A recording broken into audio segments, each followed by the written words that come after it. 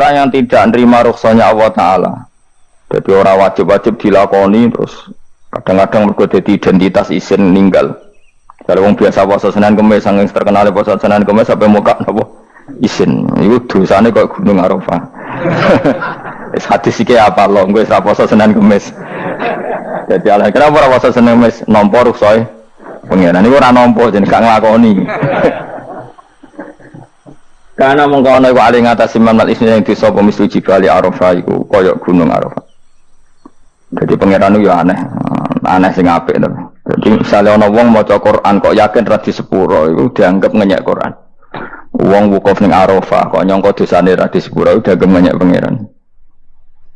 Mana ana wong wali iku mergo ndablek. Dene wong ndablek ra wali iku goblok-gobloke wong. Jadi ke daftar wali luwih jalur napa? Ndablek. Tapi potongane ya tetep ra wali, jenenge serabakan. Dadi wali niku gampang. Dene kok ora dadi wali wis bejane wong. Engko lak terangno carane dadi wali sing gampang-gampang ae. Nek mbok bar Ramadan tak deloke wis masuk ta urung. Nah ora tak sidang nang kok. Ya dadi kan ora dadi wali usul ning pengadilan kudu dimenangno. Rawahu ngene hati sapa Imam Ahmad. Wasiratu te syarat iku dumatun, wasiratu tawi siratal mustaqim dulmatun peteng. Wasiratu te dalan lagu maring sirat wal yaqinu yakin. Wa te kang yakin tahqiqu tasdiki iku bener barang sing tahqiqu tasdiki. Iku tahqiq dalam benerno. Maksudnya kamu punya otoritas pemikiran yang akurat. Kanggo benerno bil ghaibi kan barang ghaib. Niki sing dadi ibadah kula nganti ketemu pangeran. Tahqiqu tasdiki iku duwe akurasi benerno. Bil ghaibi lan barang ghaib. Carane bi izalati kulli ghaibin kelawan ngilangno saben-saben sing dadekno kemamangan. Bi izalati kulli ghaibin kelawan ngilangno saben-saben barang sing dadekno kemamangan. Pun kula baleni nggih saking awal wal maqalatur rabi'ah kula terangno ya. An-Nabi Bakrin Siddiq radhiyallahu anhu dawe adzulumatu khamsun. Dawe Abu Bakar kegelapan itu ada 5. Di mergo Abu Bakar wong saleh nek kegelapan yo luwih akeh. Dadi ora pati apal nek jumlahe akeh ora pati apal. Roe muk pira? 5. Nah, zaman akhir ora temu 5 ribuan napa? Ribuan. Nomor 1 hubud dunya. Seneng dunya. Senang dunia macam-macam, senang pangkat, senang apa saja yang tidak mengantarkan ke akhirat. Iku darani napa? Dunia atau apa saja yang murahan iku darani dunia. Kalau terangno definisi dunia, dunia kata dana ya dunuan. Ana sing ulama nasrib sangka dania terus ditakhfif hamzah dadi daniah terus ditakhfif hamzah dadi ya daniyah terus mengikuti wazan fu'la jadi dunya. Jadi barang sing hina itu jenenge apa? Dunya. Utawa barang sing dekat itu jenenge dunya. Mergo maknane dunya saiki, dana iku maknane dekat. Akhirat nanti. Semua wae kok kowe sesuai paham. Sehingga sesuatu yang tidak murahan kayak sujud, kayak sedekah, kayak ngaji itu ora dunya. Ini kesaksian akhirat. Sehingga ketika Ibnu Khaldun itu Allah itu ngeritik dunia ya yang perlu dikritik. Bahkan kadang akhirat pun dikritik pangeran, swarga pun kadang dikritik pangeran. Nak waya perlu dikritik karena ada konteksnya. Ada apa? Konteksnya. Misalnya begini. Saya punya kitab namanya Khilyatul Auliya atau Baqatul Asfiya. Saya sampai sekarang belajar kitab itu terus. Ini sekitar 14 jilid. Ini kitab indukan Ihya. Saya berkali-kali ngomong di mana-mana. Imam Ghazali dalam hal mana Kibul Akhyar sejarah orang-orang pilihan itu nginduk kitab nama Khilyatul Auliya itu 14 jilid. Dalam ilmu tasawuf beliau nginduk kitab jenis Qutil Qulub ini karangan Abu Thalib Al-Makki. Dalam fikih tentu beliau nginduk gurunya Imam Haromen. Dan memang kitab itu harus nginduk, kalau tidak namanya mukhtarik, bikin-bikin. Memang syaratnya ulama harus muttabi, dia hanya pengikut, tidak boleh kreasi. Kalau kreasi namanya bid'ah, bid'ah. Kalau terang, di situ ada cerita ada seorang sufi bodoh ngeritik dunia tak ngamas. Dunia itu seronok bener, dunia itu nggon batang, dunia itu jifah batang. Sing berebut batang ya siap-siap rebutan be asus, pokoknya ngomong wis tok ndi-ndi. Sayyidina Umar itu agak tersinggung dengan makalahnya orang sufi yang bodoh ini. Ya rata-rata orang sufi memang bodoh. Kecuali gelem ngaji fikih. Setelah ngomong ngalor ngidul dunia ku swelek terus dia biasa lah orang sufi terus milah dewean terus orang lakoni popos ngerti-ngerti lesu kok mangan wae lesu orang sufi kan gitu. Singkat cerita terus Umar agak marah tapi beliau masih bisa mengendalikan diri terus kata beliau sal sayyidah dan sal hada sayyid kamu tanya hada sayyid maksudnya sayyid dalam bahasa dulu itu ya orang terhormat dalam bahasa zaman era itu maknanya sayyid itu masih apa sadat maksudnya bukan habib bukan kalau dalam bahasa Arab dulu itu memang kalau habib itu ya Nabi kalau sayyid sadat itu sufia itu belum pasti maknanya apa habib ya tokoh-tokoh yang diikuti dalam apa makalahnya dalam apa makalahnya. Terus kata Ubay bin Ka'ab dan ini menurut saya benar sekali dan kamu harus mengikuti Ubay bin Ka'ab. Dia adalah termasuk 6 sahabat yang dipuji Nabi min ahlil Quran apa? Yang dipuji Nabi min ahlil apa? Quran. Kata Ubay bin Ka'ab, lalu Anda masuk surga karena apa? Lalu Anda masuk neraka karena apa? Lalu Anda dapat ridho Allah karena apa? Kamu itu bisa masuk surga lihadidar karena kenangan di rumah ini, maksudnya karena dunia ini. Karena sujud kamu, karena kebaikan kamu, itu di mana? Allah mereferensi amal kamu ya di dunia ini. Kamu masuk surga karena sujud kamu di dunia ini. Nanti masuk neraka karena keangkuhan kamu di dunia ini.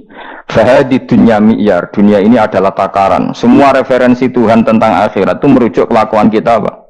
Di dunia. Sehingga kalau kamu masuk surga selamanya-lama, itu ya karena kebaikan kamu di dunia. Maka jangan kritik dunia ini. Karena dunia itu mahalu sujudika, mahalu ruku'ika, mahalu wah dia marah-marah. Sehingga semenjak itu kata Ibnu Khaldun orang tahu dunia yang dikritik adalah dari madatul kalimat dani'ah. Suatu yang murahan. Apa? Yang murahan. Sehingga kalau misalnya orientasinya itu kebesaran li'ilai kalimatillah, maka itu tidak termasuk dunia. Dan yang suasananya akhirat tapi motifnya adalah kasal, kemalasan, itu yang benar-benar dunia. Makanya Imam Syafi'i sering kritik tasawuf itu sampai usis sati tasawuf alal kasal. Ilmu tasawuf itu basisnya itu karena pemalas. Karena tadi misalnya begini, ini contoh paling gampang. Zaid itu di daerah pinggiran di mana Islam itu minoritas. Terus dia ingin kaya raya supaya bisa bikin masjid atau bikin komunitas Islam. Atau dia ingin jabat jadi lurah supaya nggak ada pelarangan orang sholat karena dia yang punya otoritas bikin aturan. Atau kalau mungkin skup lebih besar dia ingin jadi bupati supaya daerah situ familiar dengan Islam karena pejabatnya Muslim. Itu tidak dunia karena semua orientasinya untuk mengawal sujud, mengawal kebenaran. Tapi kalau kamu di daerah pinggiran, kemudian milih dewean, kabeh kersane pangeran, sidik-sidik kersane pangeran, terus kamu meninggalkan aktivitas dakwah, itu yang dunia, karena motivasi kamu adalah al-kasal, males dari mewarnai buminya Allah ini dengan sujud. Ini yang banyak orang sufi salah paham. Makanya orang sufi harus ngaji fikih.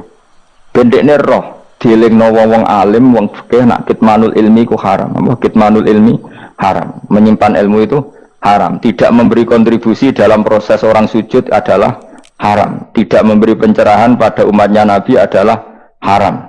Menikmati keasikan yang pangeran dewi adalah haram. Dia harus diingatkan gitu terus. Kalau enggak, itu bahaya bagi agama ini.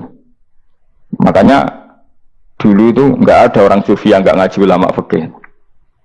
Sekarang kebalikan, malah wong sufi darani fikih mau kulit dekne wis tok hakikat sembrono. Oh tak tobat nonton nang ketemu aku. Itu bahaya, paham seperti itu tuh bahaya. Karena sekarang itu sufi itu jadi identitas kesalehan. Jadi yang rumah kome sufi koyo sak dhuwure ahli napa? Fikih. Itu bahaya. Karena tadi sufi itu akan ngeritik dunia sepedas-pedasnya. Kemudian ujung-ujungnya meninggalkan dunia, kemudian happy-happy asik pangeran dewean dan membiarkan umatnya Nabi ini berserakan kemana-mana, tidak terlibat sama sekali, tidak memberi kontribusi sama sekali. Kalau bahasa gampangannya orang gelem amar ma'ruf, gak gelem nahi mungkar. Tapi bahasa amar ma'ruf nahi mungkar kan saya gitu gerakan ekstrim. Makanya orang tak bahasa amar tidak peduli, tidak mulang. Kalau saya bahasa saya kira repot terus. Paham ini penting kalau terang. Jadi kalau baleni malih ya. Sing dimaksud dunya ketika dikritik pangeran iku dunya sing sangka kata daniah, sesuatu sing murahan, sing enteng, sing nafsu. Iku jenenge napa?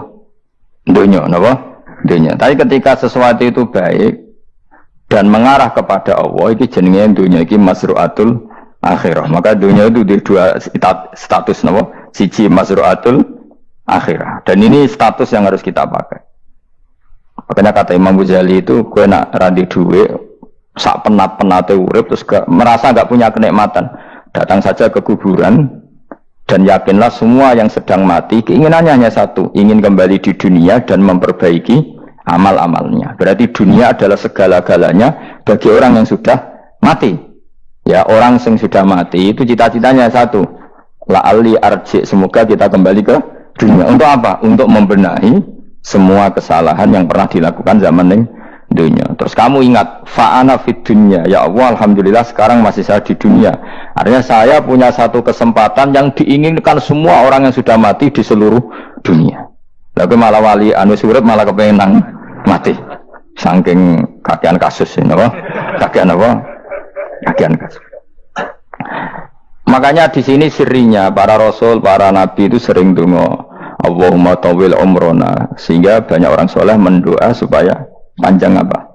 Umur. Itu karena pas itu yang hadir adalah dunia dengan makna masru'atul akhirah. Tapi ada juga wali dan nabi kadang-kadang donga, ya Allah, jika sebaiknya saya mati, mati saja. Itu ketika tergambar dunia yang sudah murahan, yang sudah arogan, yang sudah tidak jelas. Maka dunia ini punya dua status sekaligus. Jika prospek bagi Anda untuk masru'atul akhirah, maka nikmati senikmat-nikmatnya. Tapi jika bagi Anda ini sudah menjadi ladang maksiat apa-apa, maka jadikan dunia ini tempat tobat. Karena akhirat itu nggak ada apa-apanya dibanding dunia. Jadi akhirat itu hanya mereferensi dunia, mereferensi dunia. Ini penting kula aturno. Kadang-kadang sufi kemudian goblok, ora iso ngaji. Dia nganggep dunia sampai akhirat itu penting akhirat, tapi cara maknaninya salah. Lho kowe nganti ning akhirat mlebu swarga itu karena apa coba? Amal zaman di mana? Dunia. Berarti penting mana dunia sama akhirat? Penting dunia karena akhirat mau efek, apa? Efek dunia ini yang pokok. Apa dunia ini yang pokok. Kalau Allah kan cara ngendikan tidak seperti itu. Allah cara ngendikan gini loh. Akhirat, maksudnya walal akhiratu khairul laka minal ula gini. Sesuatu yang berorientasi akhirat dan kemudian menjadikan kamu nyaman di akhirat itu khairul laka minal ula, itu lebih baik ketimbang dunia. Ora kok kowe nak ning dunia nak sepemelek ning akhirat ape orang ngarang ngono, nak ning dunia melek ning akhirat luwih parah. Kayak melarat cek ngene iki kan. Tapi kan cek iso ngopi, cek iso mangan tengkleng. Coba ning akhirat gak iso blas, dunyel-dunyel malaikat ngawur. Gayamu bareng melarat iso ning dunia lara lah nak ning akhirat penak. Aku yakin ora luwih lara, tak jamin. Ngeraine kan ketara nak keliru omongan aku ning dunia lara lah sementing nak akhirat penak itu ndak bisa. Kowe nyifati dunia nggon lara iku serapati ridho mbek pangeran. Berarti ketika iso ngopi ra syukur, ketika iso mangan ra syukur, anane nyifati dunia lara. Berarti rapati ridho mbek pangeran. Malah dibles-blesno sebenarnya. Pemenang nak pengurus akhiratnya aku tak tekek. Cuma aku lo pengurus ora sebenarnya. Tapi gak ada rencana daftar jadi panitia apa? Akhirat. Tapi kira rata syafaat dia biarno karena ini penting kalau terang. Makanya Imam Syafi'i masyhur makalah beliau tentang fikih dan tasawuf itu. Nggih saya kutip ya, dan saya memang saya hafalkan terus makna teman. Faqihan wa sufiyan fakun laisa wahida fa inni wa haqqu wa iyyaka ansahu. Terus kata beliau mensifati orang fikih fa hadza qasin lam yazq qalbuhu tuqa. Wa hadza jahulun kaifadul jahli yasluhu, itu masyhur. Di dunia ini, identitas di dunia kita, dunia ulama itu hanya dua. Kalau enggak sufi ya faqih. Kamu jangan jadi salah satu. Faqih adalah orang sing qasin, itu qalbuhu qasin, hatinya itu keras, hatinya atos. Lam jadu qalbuhu tuqas, gak ditakwa blas. Wong faqih ora ditakwa blas, gak di empati blas. Tapi orang sufi itu ada jauh ini malah geblek blas, malah parah meneh. Sing sitok atas hatine sitok geblek dari Imam Syafi'i. Kena protes berarti Imam Syafi'i coba protes aku. Kenapa begitu? Misalnya gini orang fikih. Kalau bapak nyontohkan tuh gini. Orang fikih itu punya aturan. Misalnya kalau ruko tidak begini nggak sah. Sujud kalau nggak begini nggak sah. Sholat kalau tidak begini nggak sah. Oke, aturan itu baik. Tapi punya keangkuhan berpikir. Misalnya ada orang desa terbelakang, misalnya di pedalaman Gunung Kidul, Kulon Progo. Ada orang yang ditobatkan orang-orang sufi. Orang sufi itu ya saya rodok goblok-goblok itu, misalnya nobatkan. Enak wae wong fakir melok nobatno tapi tahu-tahu bilang ini sholatnya nggak sah, rukuknya nggak sah, Fatihahnya nggak sah. Jare sing sufi, wah semane nobatno ora iso sholat apa ora disahno. Si sufi ya goblok pisan, ketika ngawal si ajudannya tadi sholat nggak dikawal. Sehingga banyak aliran di Jawa sholat ala kali Joko ya ono Fatihah mau meneng tok. Sitok sujud tok. Jadi ini sitok atas hati ini orang gelem bina tapi muni rasa. Sitok goblok ora tahu nerusno pembinaan. Akhirnya yang mandek ning satu kesalahan dan diwaris ya bergenerasi-generasi. Makanya kata Imam Syafi'i itu sitok goblok, sitok atas hati ini. Jadi kamu jangan jadi salah satu itu.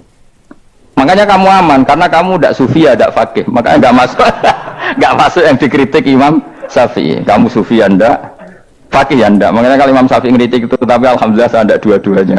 Yang tidak sufi, tidak fakih. Karena orang sufi itu kalau ditelusuri itu memang kesalahannya terlalu banyak.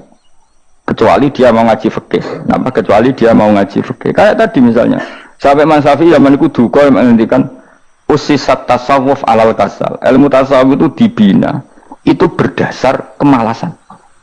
Loh, saya punya teman sufi banyak. Saya ini kiai loh. Punya teman sufi banyak.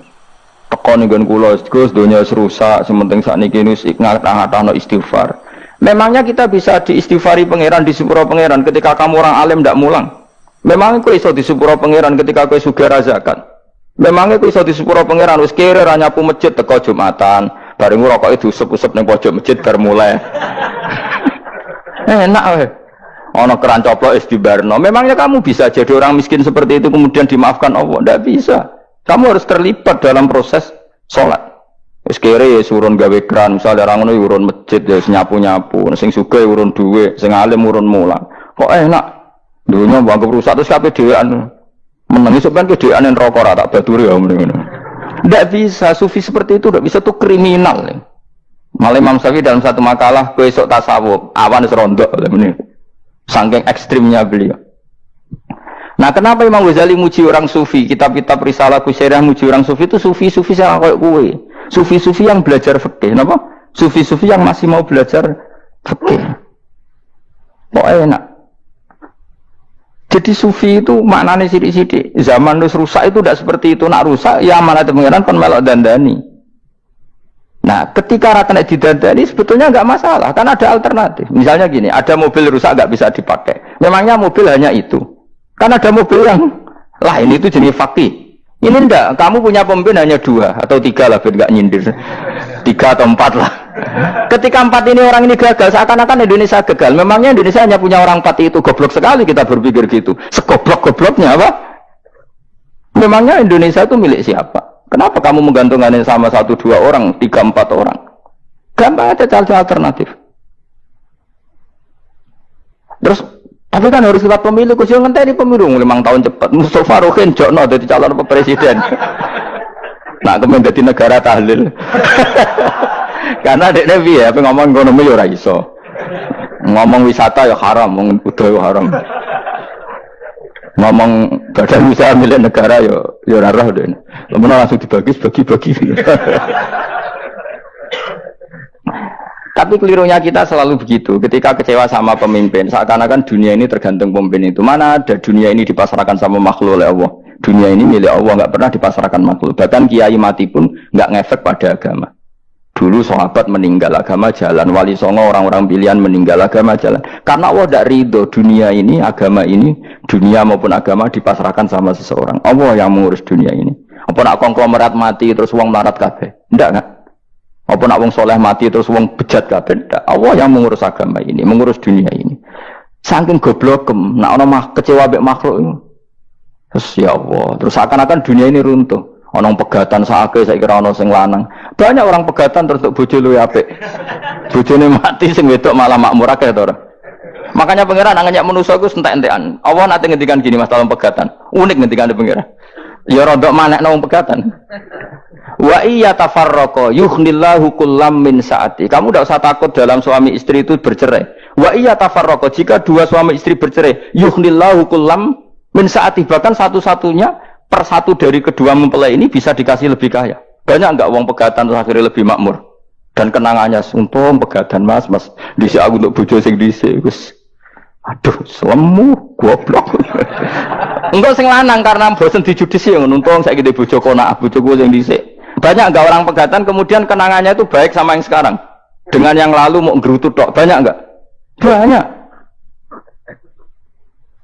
Dulu kita punya pemimpin yang cakap, yang otoriter. Zaman itu pun di demo.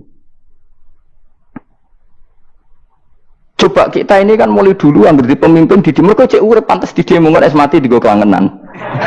Kelakuan kok ngono. Mulai dhisik nganti saiki. Kiai juga gitu, zaman urip dikerwiti, kok bareng mati kiai penggantinya dikritik ora koyok kiai dhisik. Iku ora ya coba 66 Pak Karno dikritik, orde baru diurus gitu tuh. Nabi yang ngono mangsamu presiden tok. Nabi ku kan mukjizat iku ngaji. Jadi mukjizatnya Nabi ku ngaji. Jare masyarakat kon mukjizat orang keren blas. Mukjizat iku kudu nganggo tongkat. Dadi seru napa? Dianggap Nabi Harry Potter. Jadi Nabi ku mukjizat kok mulang. Mulang iku mengatur logika supaya mapan nikmati Allah dan Rasul. Itu mulang. Mereka agak seneng, Mat. Caraku Nabi-nabi dhisik kudu tongkat apa to, Mat. Dadi seru apa? Seru main seblak pokoknya seru lah. Nabi sempat tertarik, ya kepengen ditongkat tahu Nabi buah. Kita ya sangar lah, wah. Jadi Nabi ngalor ngidul gak apa? Tongkat nggak ono sing ngelawan, blus terus kecemplung segoro. Kan ya seru lah, misalnya ono Yogyo macam-macam, tutuk terus likuifaksi do tenggelam kan, seru lah, wah. Nah jawab pengiran dulu lucu. Dia matke jok tongkat, gampang lah masalah tongkat.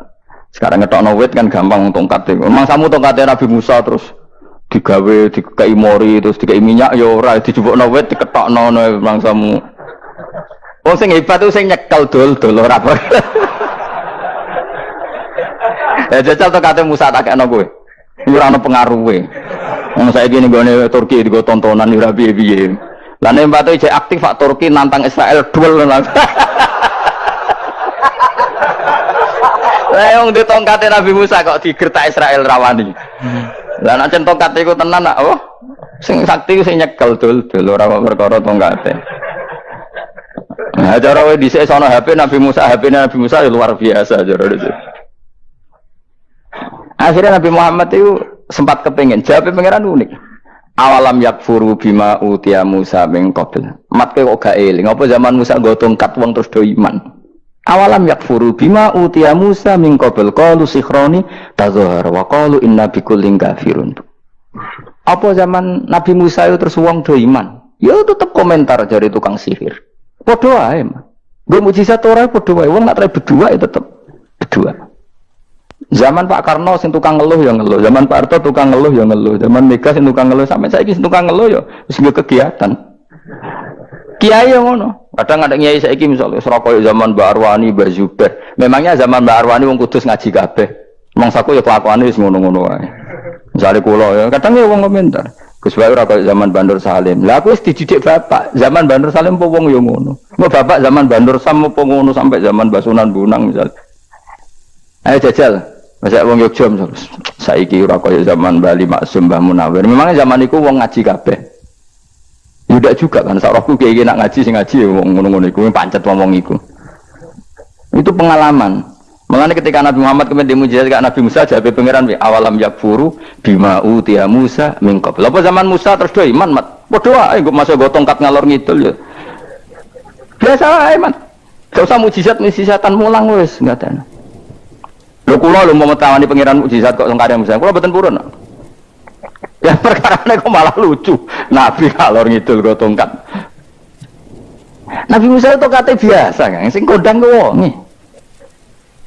Lah saiki ejek ning Turki. Nek kata tenan cek top Israel tuntas ya. Suwabet terus likuifaksi tutup suwabet meneh dadi negara bebas wong Israel. Terus Rajab Tayyip manggon kono. Ku aneh-aneh iki. Makanya penting, yang dikatakan mukjizat yo ngaji. Ngaji itu bisa membentuk yakin. Yakin itu bisa membentuk tahqiq. Nah caranya yakin gimana? Tak warai kan ben dadi wali. Wali sing jalur ilmu, jalur melarat wis kowe luwih iso lah. Wali ku jalur akeh. Alim ya iso dadi wali, zuhud dadi wali, melarat ya iso dadi wali. Syaratnya ridho ora kepengin sugih. Ya syaratnya melarat dadi wali ridho ora terbersit kepengin sugih ora tau muni lho umpama aku di dhuwit ora dadi wali, muni umpama tok wis ora dadi wali. Jadi fa inna law taftahu amala syaiton karena mengatakan umpama itu wis buka pintu setan. Jalur apa ya? Nah alim syaratnya hafal Quran, hafal ribuan hadis. Ayo nak zuhud syaratnya ra HP, ra WA-an. Nak fakir ra oleh diangen-angen. Ayo milih apa rasa dadi wali? Gak usah ya. Kalau terang ini penting. Kenapa saya sering kritik orang sufi? Karena sufi sekarang itu beda dengan sufi dulu. Di Jawa Timur itu keluarnya para kiai ya gitu. Kalau ada orang ikut toreko tertentu, terus gak gelem ngaji takrib, akhirnya elinge pangeran suwengi tapi sesucine keliru. Masalah didik anak bojo keliru. Karena ya mau sementing la ilaha illallah terus maca la ilaha illallah terus itu gimana? Kalau kita iman sama Allah, ternyata iman dengan aturan-aturan Allah. Misalnya kita seneng cawe wedok, terus mbok sebut jenenge tok, kono njuk wedak ra mbok kei, njuk mangan ra mbok kei. Terus kamu tidak mempelajari sing disenengi pacaran ku apa? Senang Allah itu maknanya senang ketentuannya Allah. Allah yang murka itu apa? Kalau kita zina, kalau kita maling, ketika korupsi. Allah yang suka apa? Kalau kita sujud. Lalu syaratnya sujud apa? Harus dalam keadaan suci dari hadas besar maupun hadas kecil dan tempatnya tidak ada najis. Bahkan harus gitu. Itu senang Allah kok aman. Allah semengi terus pingsan, kesemper. Terus nak tepak harus darani wali. Nak darani wali ono salam template. Wah apa-apaanan. Mentor bapak kula saking kerase. Lah wong darani wali nek melete keren aku jare. Tak top aku jare. Lah kok saged, Pak. Paling zaman akhir darani wali dadi gula, wong salah templek ngekeki dhuwit. Tapi nak wong alim darani wali ku sing dadi pinter akeh. Coba jajal lah wis ayo. Nak ora percaya Ruhin mu'allimno nak saiki wali, nak ora dadi gula mbek dhuwit. Ayo saiki umumno nak Ruhin iku wali. Reaksi masyarakat kira-kira piye? Salam template terus sangat malam merek rokok Ruhin, misalnya rokok apa ya terus ditukokno. Tapi umat dapat apa? Tapi ketika orang terkenal alim, umat dapat banyak karena bisa ngaji, carane sesuci piye, carane zakat, piye yang wajib zakat apa saja, carane dekat. Tapi saya gak wali kalah mbek apa wong alim kalah mbek wali. Kula niki diceritani Gus, kula nek wong alim Gus, jejer mbek wong terkenal wali ku ora salaman beda nih. Ya akhirnya melarat salam. Maksudnya salaman kok ana maknane ning Jawa Timur. Ora usah diterangno maknane opo. Wah kere. Wong kowe padha wae wong alim kok kasut to, Bro. Nek kok kasute perkara hasile iku. Iku ya sarap pisan padha wae. Sing kanca kula niku sing. Tapi sebenarnya kita harus jadi pelajaran. Kalau ingat Allah itu ingat aturan-aturannya Allah. Terus keling Allah suwengi terus piye? Allah bikin aturan, kamu suwengi ning masjid itu ketentuan fikihnya kayak apa? Kalau istri kamu sakit, anak kamu sakit, kamu wajib ngurmat anak bojo dan itu juga perintah Allah. Terus eling Allah dulu nggak ada zaman Nabi seperti itu. Nabi itikaf suwengi ning masjid terus pikir wiridan, itu ya mulang biasa. Wiridan sekadarnya, habis itu Nabi yang ngajar biasa. Siapa yang tanya tentang haid, siapa yang tanya tentang ghanimah, siapa yang tanya. Jadi yas'alunaka 'anil anfal. Ketika mereka iskal, lalu ghanimah cara bagi gimana ya Rasulullah? Dibagi wa'lamu annama ghanimtum min syai'in fa anlillahi khumusahu wal rasulullah 1/5. Ada yang tanya lagi, wa salunaka 'anil makhid. Istri saya cara ngakad tidak normal ya Rasulullah. Kadang-kadang over. Terus disebut itu istihadah apa? Itu ditanyakan. Ada yang kaya usul, ya Rasulullah duit kula kathah lalu tak kasihkan siapa? Ya salunaka madzayun fikun. Ora kok terus eling pangeran sungi-sungi terus do ngantuk, bariku keturu, bariku makan-makan ora ono ngene. Coba, jika seseorang terkenal wali itu paling untung udah ini. Ini bukan kritik kan. Memang harus dikritik. Kritik aku kualat, aku wali, aku kritik wali. Gue cuma melok. Karena apa? Kita ini syafakotan di hadil ummah, kita kasihan umat ini mencintai kiai, kemudian tidak dapat apa-apa dari kiai itu. Caranya apa ya? Kita mulang. Makanya Rasulullah itu masyhur kan di sebuah hadis, sama cari di Muqaddimah Majmu', di Muqaddimah Ihya, hampir semua kitab ulama top itu menyertakan hadis ini. Nabi ke masjid, ada satu kelompok yang nangis-nangis dungu, ada sekelompok yang mulang fikih. Mulang itu ya iki halal, iki haram. Iki sholat begini nggak sah ini. Pokoknya mulang aturan-aturannya pangeran. Nabi ngadeg, kemudian Nabi bilang gini, kilakuma ala khairin, dua kelompok ini sama-sama baik. Tapi apa yang terjadi? Amma haula fayatuna waha, mereka adalah kelompok-kelompok yang minta sama Allah. Insya'a ajaba wa insya'a la. Kalau Allah mengendaki ya disembadani, kalau ndak ya ndak. Tapi ini kelompok yang membicarakan hukum-hukumnya pangeran. Pasti Allah ridho.